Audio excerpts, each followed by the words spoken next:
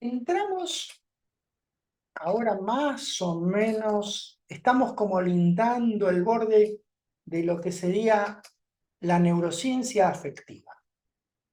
La neurociencia tiene entre, digamos, las tres ramas más importantes por ahí de la neurociencia. Una es la neurociencia cognitiva, que es la que estudia la atención, la que estudia la memoria, cómo se cómo trabaja el cerebro con el conocimiento, la percepción. La neurociencia contemplativa, que tiene que ver con los efectos que tiene en el cerebro la meditación en general. Y la neurociencia afectiva. La neurociencia afectiva es un término que acuñó más o menos en la década de los 70 el doctor Jaak Pansek, que lo vamos a nombrar la semana que viene, y que fue el que fundó esta rama de la neurociencia por primera vez, y ahora obviamente fue creciendo en forma bastante importante. ¿Y qué es? Es la parte de la neurociencia que estudia las respuestas emocionales, que estudia cuál es, digamos, la respuesta que el sistema nervioso tiene ante las emociones. Pero también va más allá la neurociencia afectiva, también el cuerpo, porque no podemos separar todo. Todo tiene una relación muy importante. Y vamos a entonces entrar ahora en qué es realmente una emoción y también qué sistemas de regulación de las emociones existen desde el punto de vista neurofisiológico. Esperen que admito a alguien. Entonces, lo primero que siempre preguntamos es, nosotros como, me olvidé poner la tablita de la taxonomía, ahora me acuerdo, bueno, no importa. Nosotros como seres, como una especie dominante dentro del planeta, nos han clasificado como Homo sapiens sapiens, en realidad, ¿no? Porque está también el Homo sapiens neanderthalensis, que sería el anterior a nosotros. Nosotros somos sapiens sapiens, o sea, los homínidos pensantes, digamos así. Los homínidos pensantes. Y a partir de la evolución de las especies, claro, somos los que más desarrollo tenemos de la corteza frontal, del resto de la corteza cerebral, los que podemos tener una ideación abstracta, crear y modificar el entorno, ¿no? Entonces, desde ese aspecto es muy correcto, pero yo digo, ¿somos realmente sapiens? ¿O somos en realidad más sentiens, que sería el ser humano sintiente? ¿Qué pasa cuando un niño nace? El niño nace y cuando pasa sale por el canal vaginal o por la cesárea, dice, uy, mira, este es el mundo, ¿qué lo parió? ¿Qué va? Uy, mira, qué fea que es la obstétrica. Uy, mira, la enfermera. Uy, ¿el obstetra cómo se llama? Juan, qué bien. No, el niño siente. El niño siente y en ese ambiente en donde estaba, en el útero materno, que está rodeado, digamos, con todas las contingencias y el afecto y el equilibrio metabólico, más o menos, digamos, pasa a una situación en un segundo de riesgo de vida por un momento, porque no puede respirar. Y lo tienen que ayudar a que, ¡pac! A veces arranca solo y otras veces hay que darle un empujoncito. Entonces pasa de un ambiente en donde hay un amor que diríamos es incondicional, un ambiente en donde reina meta, a el miedo a morir. Por eso los orientales dicen existen dos emociones primarias, el amor y su opuesto, el miedo. Y me parece que es muy, muy, muy interesante eso y bastante adecuado. Entonces, el niño cuando llega, todos cuando llegamos, sentimos. Por lo cual, esto de Sapiens está muy bueno, pero para mí somos sentients. Para mí creo que somos seres humanos sintientes. Somos seres sintientes, como lo son también el resto de los mamíferos y el resto de los animales y las plantas, pero de diferentes formas. Entonces creo que nos definen las emociones. Y a la vez, como también tenemos un sistema nervioso más complejo, un cuerpo más desarrollado, más adaptado a, digamos, las tareas que fuimos aprendiendo y haciendo como civilización, bueno, también tenemos emociones más complejas. Y una emoción es un conjunto de cambios a nivel fisiológico, o sea, a nivel bioquímico, a nivel físico, corporal y mental, que se desencadenan rápidamente a partir de un estímulo o de una situación, sea esta interna o externa, sea esta real o imaginaria, repito, interna o externa, real o imaginaria, y que induce una respuesta que es adaptativa con un resultado que es una conducta, una acción. O sea que la emoción es una respuesta adaptativa, provoca una respuesta adaptativa por una determinada causa. Y como, digamos, mecanismo adaptativo puede darse, como les dije recién, ante ciertas circunstancias que pueden ser más o menos reales. La mayoría de las veces son menos reales, porque están en nuestra cabeza y ustedes lo entienden. Entonces, somos seres esencialmente emocionales, somos homo sentiens, y también diría homo socialis. Y son todas palabras latinas, sapiens, sentiens, sociali. Esas son las tres cosas que nos definen. Pensamos, sentimos y nos conectamos, necesitamos del otro. Entonces las emociones motivan, mueven, nos inducen al movimiento, a uno o más cambios. Y las consecuencias de esos cambios, por supuesto, pueden ser favorables, neutros o desfavorables, depende. O sea que incitan al movimiento, sea un movimiento cognitivo, sea un movimiento conductual, o sea que cumplen una función. Hay que reentenderlas, hay que relacionarse mejor, hay que tomar conciencia de que existen, pero son siempre respuestas, mecanismos que vienen a tratar de generar cambios para adaptarnos. Entonces, como dice Vicente Simón, es una respuesta a un estímulo externo-interno relacionado con cambios, como les dije recién, la bioquímica cerebral, en el sistema nervioso autónomo, cambios endocrinos, mentales y corporales, conductuales, comunicacionales, que se relacionan con sensaciones físicas. La emoción y la sensación están plenamente relacionadas, no son reflejas, son complejas y pueden generarse por mecanismos también complejos o por estímulos simples. Y son dos cosas que para mí me parecen fundamentales. Primero, son motivacionales, o sea que siempre generan motivación, y eso lo decía también Jack Pansek. De hecho, los 7 sistemas de respuesta emocional humanos que él describió los llama sistemas motivacionales, y son subjetivas. Nosotros podemos estar todos frente a esta pantalla y cada uno de nosotros vamos a estar sintiendo algo diferente.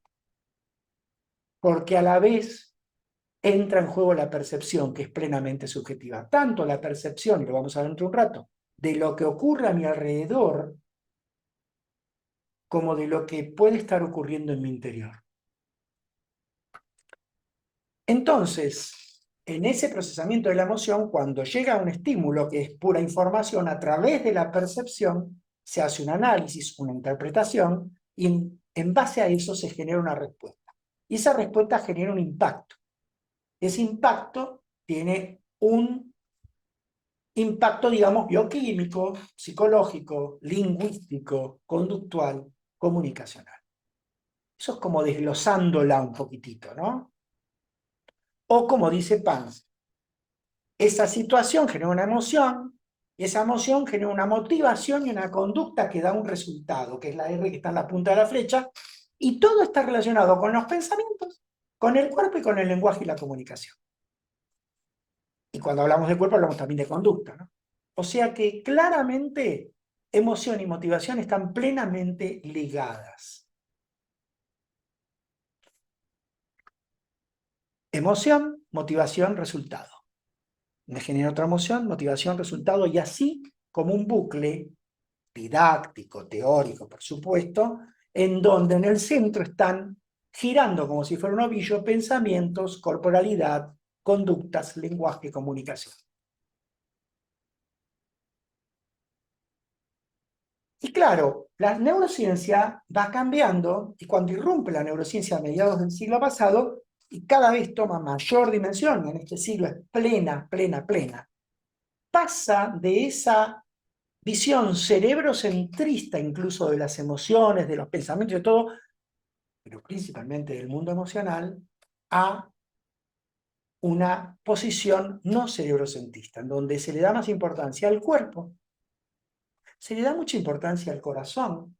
No nos olvidemos que el corazón tiene 40.000 millones de neuronas, pucha que tiene un montón, es bastante complejo, ya se sabe perfectamente por diferentes estudios que cuando dos personas comparten un momento de charla atenta, no violenta, consciente, se sincronizan las despolarizaciones cerebrales y cardíacas. Increíble, increíble. Y a la vez también cada vez se le da más importancia al intestino, el órgano que está más poblado por microorganismos que trabajan en conjunto con nosotros y que también tienen un peso muy importante en la comunicación con el sistema nervioso central y con el resto del organismo, con el resto de los órganos. Si nosotros tuviéramos que hablar de la neurofisiología de las emociones, tendríamos que decir que por lo menos hay 4 puntos muy importantes. Uno obviamente es el cuerpo, porque la emoción se manifiesta en el cuerpo. Entonces siempre el cuerpo está presente y me trae al presente aparte.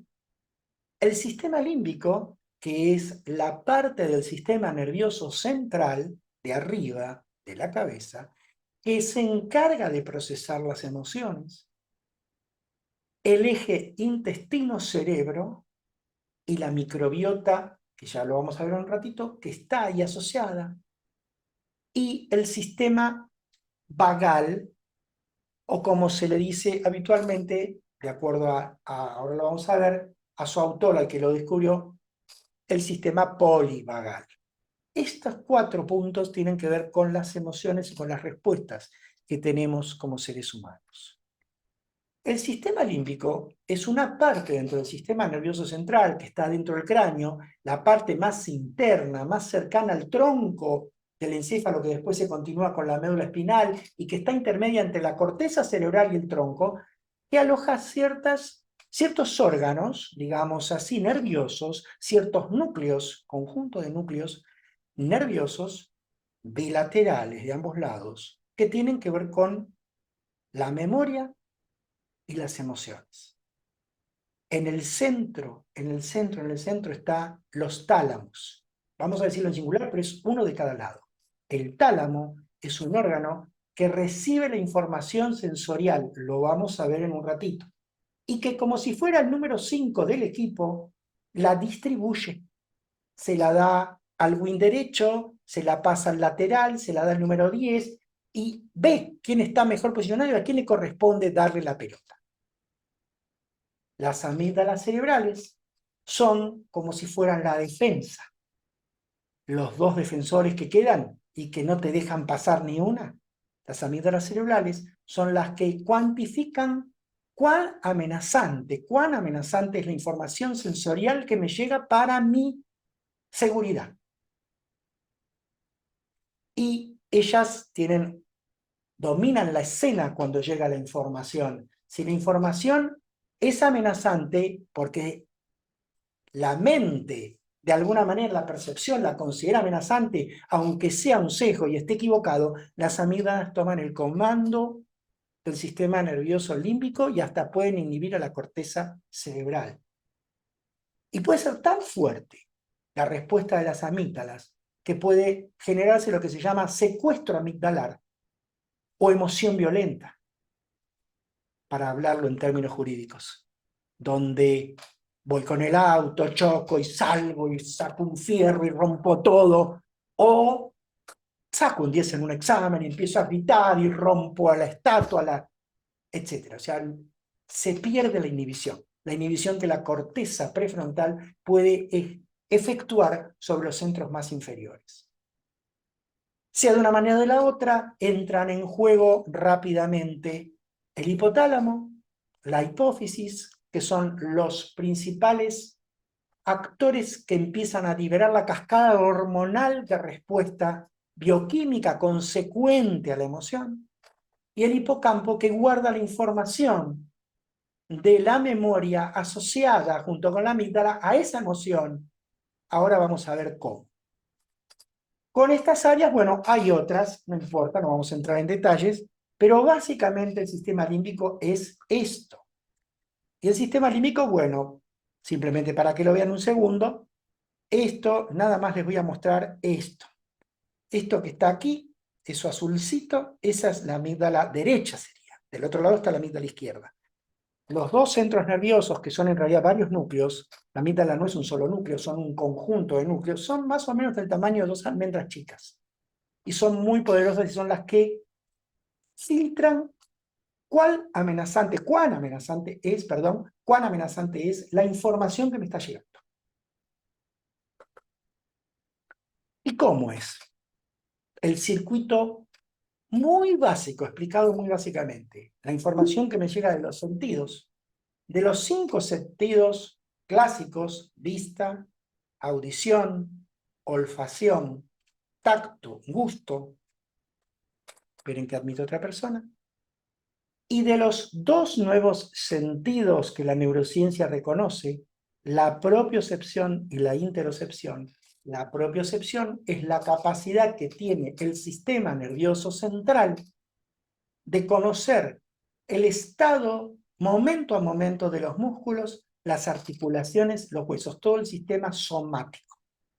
La interocepción es la capacidad que tiene el sistema nervioso central de conocer momento a momento la información de todos los órganos del organismo, o sea, no del sistema somático motor o locomotor, sino de los órganos internos: corazón, estómago, intestino, pulmones, órganos genitales, etc. Y hay una octava que todavía no está considerado como un sentido más, que es la neurocepción, descrita por Stephen Porges, que es la capacidad que tiene el organismo de sentir una amenaza cuando está cerca. Está relacionada con la dualidad seguridad-amenaza. Es como un balance y contrabalance que hace del medio rápidamente y que está más entroncada con lo visceral y sube rápidamente la información de abajo arriba al sistema nervioso. Pero básicamente, actualmente son 7 los sentidos: vista, audición, olfato, tacto, gusto, propiocepción, interocepción. Esta información llega al tálamo. Fíjense, acá está. El tálamo analiza qué tipo de información es.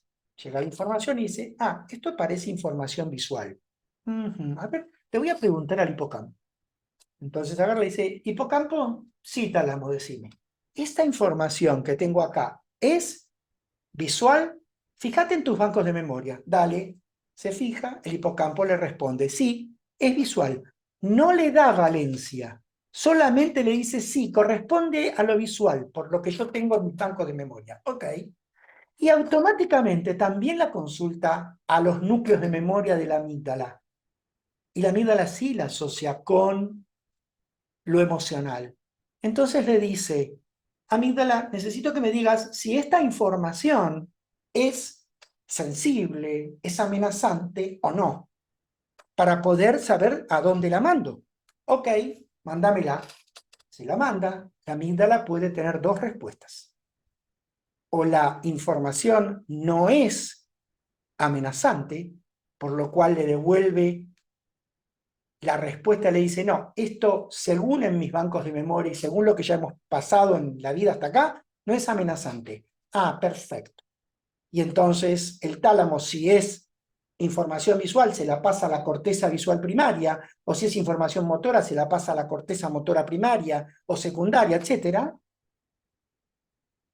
O la amígdala detecta que esto puede ser amenazante, de acuerdo al grado de amenaza. tiene la capacidad, algunos de los núcleos de la amígdala, de bloquear al hipocampo, de bloquear al tálamo, de bloquear a la corteza prefrontal y directamente estimular al hipotálamo para que empiece a disparar las hormonas y al sistema nervioso simpático. Así como les cuento. Poderosa y chiquitina, a mí me hace acordar al coino, digamos así. Esta es la forma en que se procesa rápidamente la información emocional en el sistema límbico. Pero que se entienda. Pero además de esta información que maneja el sistema límbico, también existe información que se cuelga, que transcurre a través del sistema nervioso autónomo. No solo a través del simpático, que es el sistema más movilizante, sino a través del sistema vagal, que es el principal componente del sistema parasimpático. El doctor Stephen Porges, en 1994, según observaciones que hacía en fetos humanos y recién nacidos, y después que sigue ampliando en otras investigaciones, se da cuenta de que en realidad en la evolución de los mamíferos el sistema nervioso autónomo se ha ido desarrollando en diferentes etapas a lo largo de cientos de miles de años, obviamente, que da lugar a tres sistemas bastante diferenciados. Uno que se llama sistema de inmovilización, que está representado por el núcleo vagal dorsal que está en el bulbo. El segundo es el sistema de movilización, que está a cargo de la respuesta del sistema simpático. Y el tercero es el sistema de conexión social, que está a cargo del núcleo vagal ventral, el homólogo del dorsal, pero que está más cerca de la, digamos, de la cara rostral que tenemos en el bulbo. Este es un dibujito que hice yo, o sea que si esto es un bulbo raquídeo, que es como un tubito chiquito que está en el tronco del encéfalo, más sobre la columna cervical está el núcleo vagal dorsal, y sobre la zona más ventral, como si fuera más cerca de la boca, digamos así, o de la garganta, está el núcleo vagal ventral. Ambos son parte del sistema vagal, del sistema parasimpático, que antes no se conocía, se pensaba que era un solo núcleo. Para verlo en forma de un corte anatómico, este que ven acá con un asterisco es el núcleo vagal dorsal, y este que ven con dos asteriscos es el núcleo vagal ventral, también se llama núcleo ambiguo. Y de ambos salen las fibras nerviosas del vago. Lo interesante es que, ¿cómo se maneja esto? ¿Qué es lo que ocurre? Digamos, los seres humanos, al igual que los mamíferos, nos manejamos en tres niveles de respuesta de neurocepción, o sea, de sensación de cuán amenazante puede ser el entorno o lo que está ocurriendo. Por un lado, si lo que percibo desde la neurocepción es un entorno de seguridad, un clima relajado, cordial, amable y de conexión, entonces el tono principal que va a haber en mi organismo es el tono que sale del nervio vago ventral. Él es el que va a estar dominando, él es el que corresponde con el sistema de calma y cuidado que vamos a ver la semana que viene. Entonces va a haber una respuesta de involucración, de conexión social, perdón. Va a haber contacto visual, va a haber gestos, movimientos de la cabeza, un determinado volumen y prosodia en la entonación de la voz, que todo va a estar dando señales de seguridad. Y va a existir una homeostasis visceral. En teoría, no habría malfunción visceral. Pero puede ser, vamos a la parte del medio, que se detecte cierto peligro, cierto grado de amenaza en el ambiente, con mi pareja, con mi hijo, con mi vecino, en las circunstancias de la vida. Eso hace que se active el sistema simpático. Al activarse el sistema simpático, contrarresta la acción del tono vagal y sale la respuesta de lucha-huida, que la vamos a ver la semana que viene, que es una de las formas de respuesta emocional. Eso induce a la movilización. ¿Por qué? Porque o lucho o huyo, o hago una conducta evitativa y me las tomo, o enfrento la situación. Eso lleva a la movilización, es el modo hacer, y eso hace que se acelere la respiración, el ritmo cardíaco, la tensión arterial, que empieza a salir glucógeno de los músculos, que saque el hígado glucógeno, glucosa, etc. Pero si la amenaza es vital, si la amenaza es muy alta y siento que está amenazada mi vida, mi integridad, en forma completa, la respuesta dominante es la de la rama dorsal del nervio vago. La rama dorsal del nervio vago inmoviliza, congela, te paraliza, genera un enlentecimiento mental y motor, o sea, cognitivo, emocional y motor, te bloquea y hasta genera una disociación. Esto me hace siempre acordar a la respuesta de las víctimas de agresión sexual, las víctimas de agresión de vida, entran en una amenaza vital tan importante que el tono vagal dorsal aumenta rápidamente. Espero que se pueda comprender porque es la mejor forma de poder entenderlo. La semana que viene vamos a terminar de entenderlo cuando hablemos de los sistemas de respuesta emocional del ser humano. O sea que, en definitiva, lo más importante es que tenemos que tratar de tener esto balanceado. Tratar de estar lo menos posible en la amenaza vital, pero si yo tengo un sesgo, digamos, perceptivo en mi mente que me hace sentir que todo es una amenaza vital, voy a estar siempre con mucho tono de vagal dorsal. No quiere decir que me vaya a quedar inmóvil, pero me va a doler la espalda, la sacudida, acá voy a estar con trastorno por ahí digestivo. Tratar de bajar también el nivel de sensación de peligro, de amenaza, y de una u otra forma permitir que nuestro sistema de seguridad y conexión social, el tono vagal ventral, pueda dominar la mayoría de nuestro día. Esa es la conclusión y lo vamos a reforzar la semana que viene. Y esto se complementa con el sistema nervioso entérico. Hace 15 años o 20, más o menos, ni se hablaba. Yo la primera vez que escuché hablar de la microbiota fue hace 14 años más o menos. Y no le di mucha pelota, la verdad, hasta mitad de la década pasada no le pasé mucha bola, porque dije, bueno, son los bichos, ya sabemos, la flora intestinal. No, no es eso. Es mucho más complejo de lo que uno cree. Fíjense que el tubo digestivo tiene un plexo nervioso compuesto por 500 millones de neuronas. El sistema nervioso central, que está dentro del cráneo, tiene 100.000 millones. El corazón 40.000 millones y el tubo digestivo tiene 5 veces más que la médula espinal. Miren si es complejo. El tubo digestivo lleva a cabo más o menos el 80-85% de la función inmune. Las defensas más importantes son las que están en nuestro tubo digestivo, especialmente en el colon. Produce el 90% de la serotonina, la 5-hidroxitriptamina, la hormona de la felicidad, la que inhibe la recaptación. Todos los antidepresivos del mercado siempre tienen un efecto en la recaptación de serotonina. ¿Qué cosa? Porque sí, inhiben la recaptación, o sea, aumentan el tono serotoninérgico del sistema nervioso, pero lo aumentan muchísimo en el tubo digestivo, igual hacen efecto. Porque el tubo digestivo no solo segrega serotonina, sino que también libera GABA, que es el principal ansiolítico natural del sistema nervioso y de los órganos, glutamato, que es el principal estimulante natural del sistema nervioso, y otras sustancias.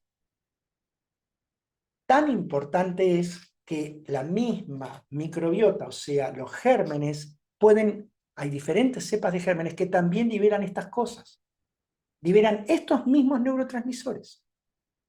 Por lo cual, el sistema nervioso y el sistema intestinal están íntimamente relacionados.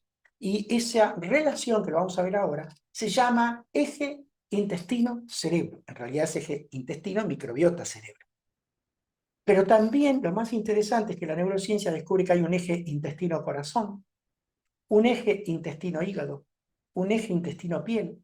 O sea, hay un montón de ejes. Hay ejes intestino-endócrinos. Es asombroso, que por supuesto exceden mi capacidad de poder comentarles. Conozco sobre esto nada más. Pero seguro que muchos de los colegas que están aquí lo deben saber muy bien y lo deben haber estudiado. Y además hay otra cosa muy importante. Todas estas funciones son importantes porque mantienen la integridad de la barrera hematointestinal. La integridad de esa barrera es fundamental, porque si esa barrera se vuelve permeable, existen un montón de sustancias tóxicas y bacterias o parte de ellas que entran en sangre. Cuando existe el síndrome del intestino permeable, que sería el cuadro clínico y bioquímico, fisiológico, fisiopatológico, que, digamos, cursa con una alteración de la barrera hematointestinal, se produce en la sangre una inflamación de bajo grado y neuroinflamación también. Fíjense qué relación tan estrecha existe entre el intestino y el sistema nervioso central. ¿Qué es la microbiota? La microbiota es o sea, todos los microorganismos que están en nuestro cuerpo, en la piel, en la mucosa oral, en la mucosa faríngea, en el estómago, en el intestino delgado, el intestino grueso, en el tracto genitourinario, y que incluyen no solo bacterias, sino también algunos hongos, levaduras y otros organismos. Y el órgano más poblado con microbiota es el tubo digestivo en todo nuestro cuerpo, en especial el colon.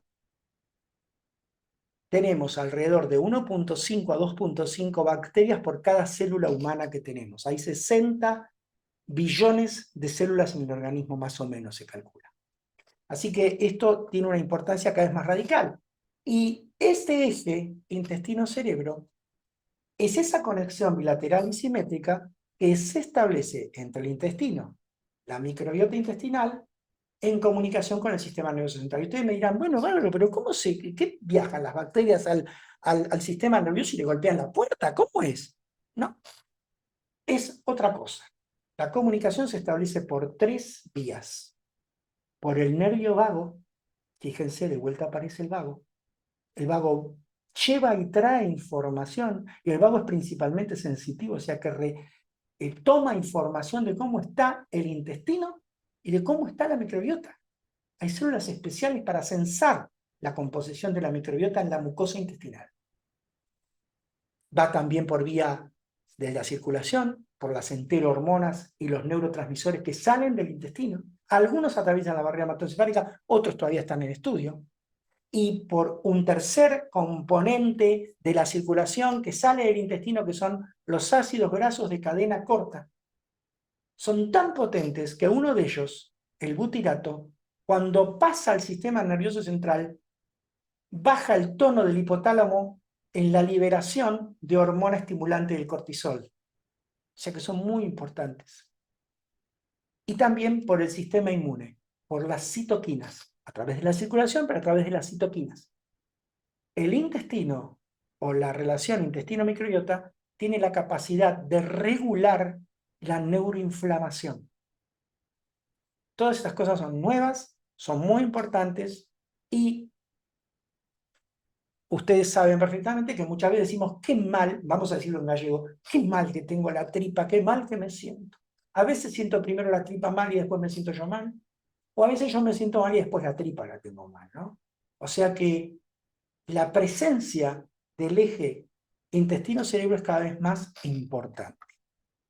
Por lo cual, es como que, cerrando un poco todo esto, nosotros tenemos al piloto automático, los pensamientos inflamatorios, el piloto automático extendido, la percepción de amenaza a través de la neurocepción, las amígdalas cerebrales, y si esto tiene una percepción de amenaza importante, disparan al sistema nervioso simpático, disparan la estimulación del hipotálamo, salta todo el sistema de lucha-huida, el sistema de alerta, inhiben al sistema de calma, pero a la vez también no solo alteran el metabolismo celular, sino que a través del intestino y la microbiota también influyen en este equilibrio a través de la circulación y del nervio vago. Así que esto es más complejo de lo que parece, pero absolutamente apasionante, digamos así.